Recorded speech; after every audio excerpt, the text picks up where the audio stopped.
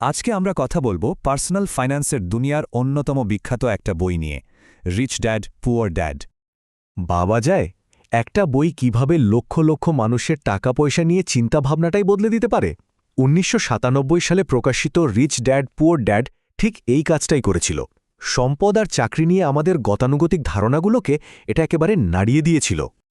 আর বইটার আসল শক্তি কিন্তু কোনো কঠিন অঙ্ক বা চার্টে না, এর আসল জাদুটা লুকিয়ে আছে দুই বাবার একটা খুব সহজ গল্পে।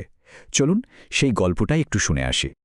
হ্যাঁ, পুরো বইটা দাঁড়িয়ে আছে দুজন একেবারে ভিন্ন ধরনের বাবার ওপর। তাদের টাকা পয়সা নিয়ে দর্শনও ছিল একদম আলাদা।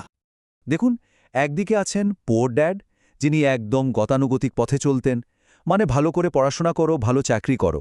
আর অন্যদিকে তার বন্ধুর বাবা রিচ ড্যাড, যিনি শেখালেন যে ধনীরা আসলে টাকার জন্য কাজ করে না, বরং টাকাকে দিয়েই নিজেদের জন্য কাজ করায়।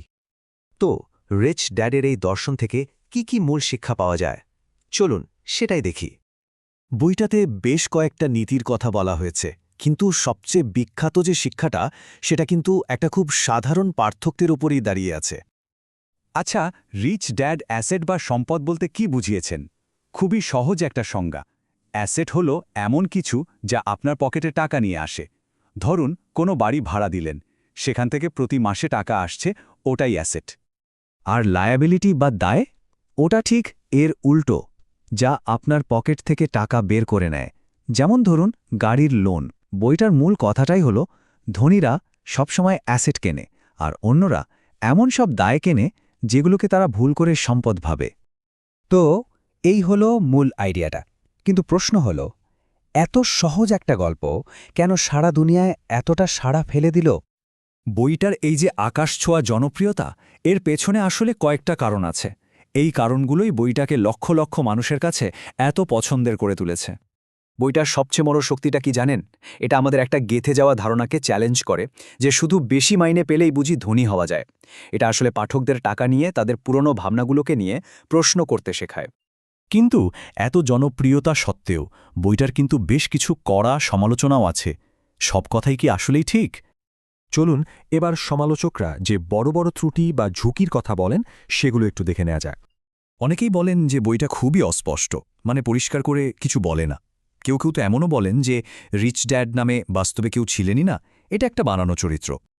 আর সবচেয়ে বড় যে সমালোচনাটা করা হয় তা হলো বইটা আপনাকে ধনী হওয়ার জন্য অনুপ্রেরণা দেবে, কিন্তু কিভাবে ধনী হবেন তার কোনো বাস্তব পথ দেখায় না। তাহলে এই সব ভালো মন্দ মিলিয়ে শেষ কথা কি দাঁড়ায়? যদি আমরা পড়ার মজা আর অনুপ্রেরণার কথা বলি, তাহলে বইটা এক কথায় দারুণ, পড়তেও ভালো লাগে, আবার উৎসাহ পাওয়া যায়। কিন্তু যখনই প্রশ্ন আসে যে এর কথাগুলো বাস্তবে কতটা কাজে লাগানো যাবে বা কতটা বিশ্বাসযোগ্য, তখনই কিন্তু এর রেটিং অনেকটাই নেমে যায়। তাহলে আসল ব্যাপারটা কি? দেখুন, এটা কোনো গাইডবুক বা পাঠ্য বই না। এটা হলো মানসিকতা বদলানোর একটা বই। এটা শেখায় না যে কিভাবে ধনী হবেন, বরং এটা ভাবতে শেখায় যে কেন ধনী হওয়া নিয়ে ভাবা উচিত। বইটাকে আসলে আর্থিক জ্ঞানের জগতে ঢোকার একটা দরজা হিসেবে দেখা যেতে পারে। এর আসল কাজ হলো পাঠকের চোখ খুলে দেওয়া আর তাদের আরও ভালো করে বিষয়টা জানার জন্য অন্য জায়গা থেকে শিখতে উৎসাহ দেওয়া।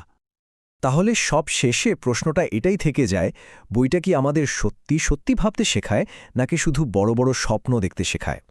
হতে পারে বইটা একটা স্ফুলিঙ্গ ধরিয়ে দেবে, কিন্তু আর্থিক স্বাধীনতার সেই আগুনটা জ্বালানোর জন্য যে কাঠখড় পোড়াতে হবে তার সরঞ্জাম কিন্তু অন্য কোথাও থেকেই জোগাড় করতে হবে।